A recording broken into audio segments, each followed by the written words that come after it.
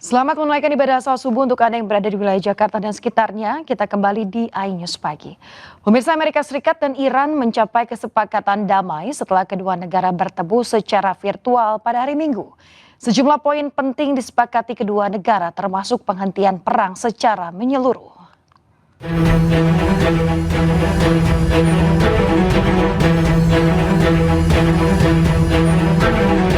Amerika dan Iran telah sepakat berdamai meski baru bertemu secara virtual pada Minggu 14 Juni dan baru akan menandatangani kesepakatan pada Jumat 19 Juni di Swiss. Tercapainya kesepakatan dua negara ini ditandai dengan asap putih yang keluar dari Gedung Putih sebagai tradisi yang selalu dijaga di Gedung Putih. Beragam spekulasi menyebut ada upaya agar Iran dan Amerika tidak mencapai kesepakatan, termasuk spekulasi isu perbedaan pendapat di pemerintah Iran. Namun isu ini dibantah tegas oleh Presiden Iran. شورای امنیت نشستن و با قاطعیت با تمام اکثریت قاطع به اصطلاح حالا مسبب کردم الانم دارم گفتگو میکنن که ببینن چجوری هر چیزی هم که صلاح باشه رهبری نشون بده همه ما هم سپاه هم بسیج هم نمیدونم دولت همه ما اطاعت خواهیم کرد. Dikutip dari kantor berita Mer Iran, sejumlah poin telah disepakati di antaranya. Berakhirnya perang secara menyeluruh, pencabutan blokade Amerika di perairan Oman. Selat Hormuz dibuka, sanksi Iran ditangguhkan. Rencana rekonstruksi Iran senilai 300 miliar dolar Amerika. Pencairan aset Iran yang dibekukan sebesar 24 miliar dolar Amerika yang setengahnya dibayar di muka. Serta pembicaraan nuklir dalam 60 hari.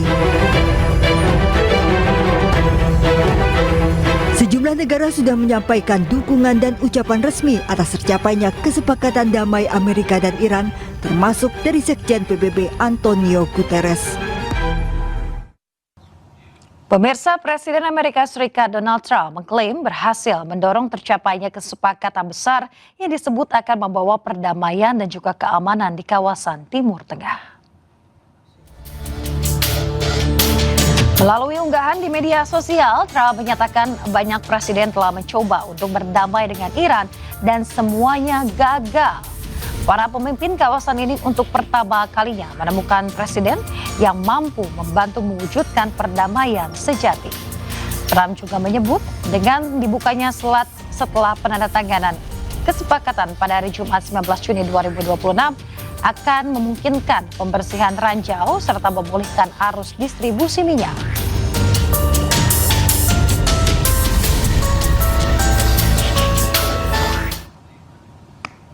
Ya, pemirsa, tentara Zionis Israel mendirikan pos pemeriksaan di daerah pedesaan Quneitra di Suriah Selatan.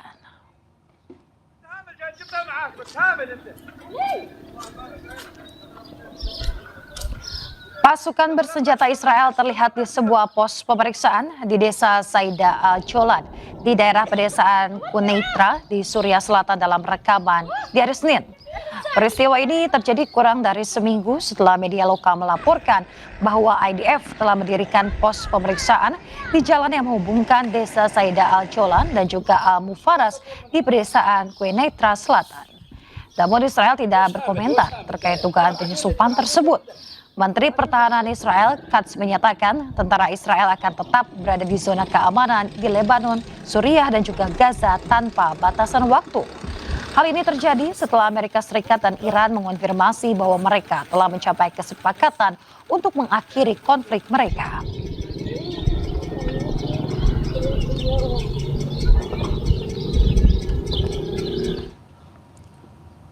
Pemirsa, pasukan Israel kembali membongkar paksa rumah-rumah warga Palestina di kota Jenin, tepi barat yang diduduki.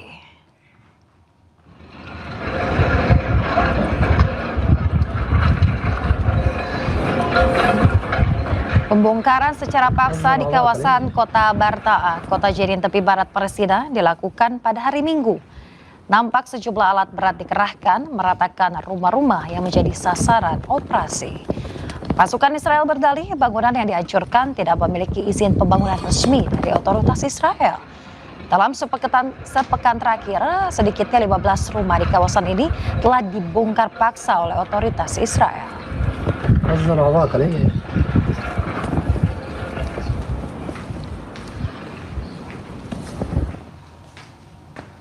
Pemirsa, gelombang pengungsian kembali terjadi di jalur Gaza. Puluhan keluarga meninggalkan rumah mereka di bagian timur kota Gaza setelah muncul laporan bahwa militer Israel memperluas wilayah kendalinya.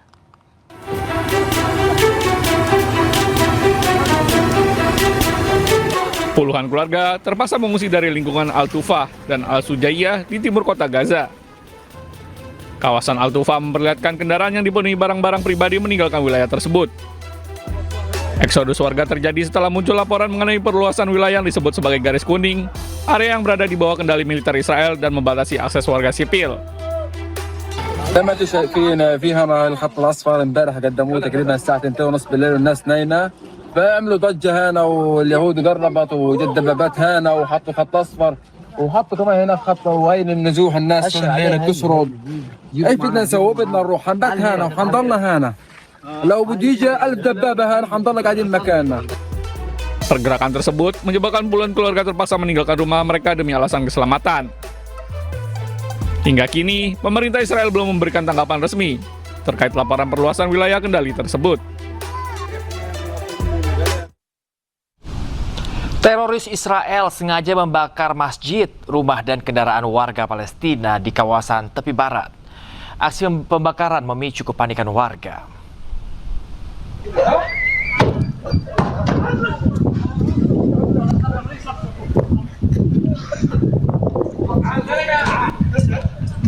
Warga berusaha memadamkan kebakaran Masjid Al-Nur di desa Burqa, Ramallah Utara, tepi barat Palestina.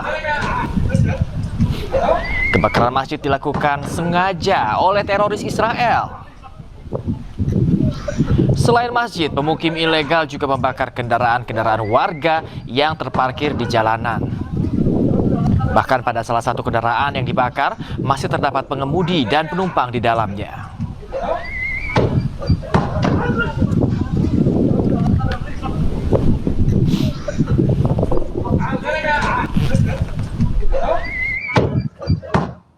Pemirsa, derita warga Gaza korban genosida Israel belum berakhir. Warga Gaza yang mengungsi menggali sumur air tawar hanya beberapa meter dari laut untuk mengatasi kekurangan air yang akut.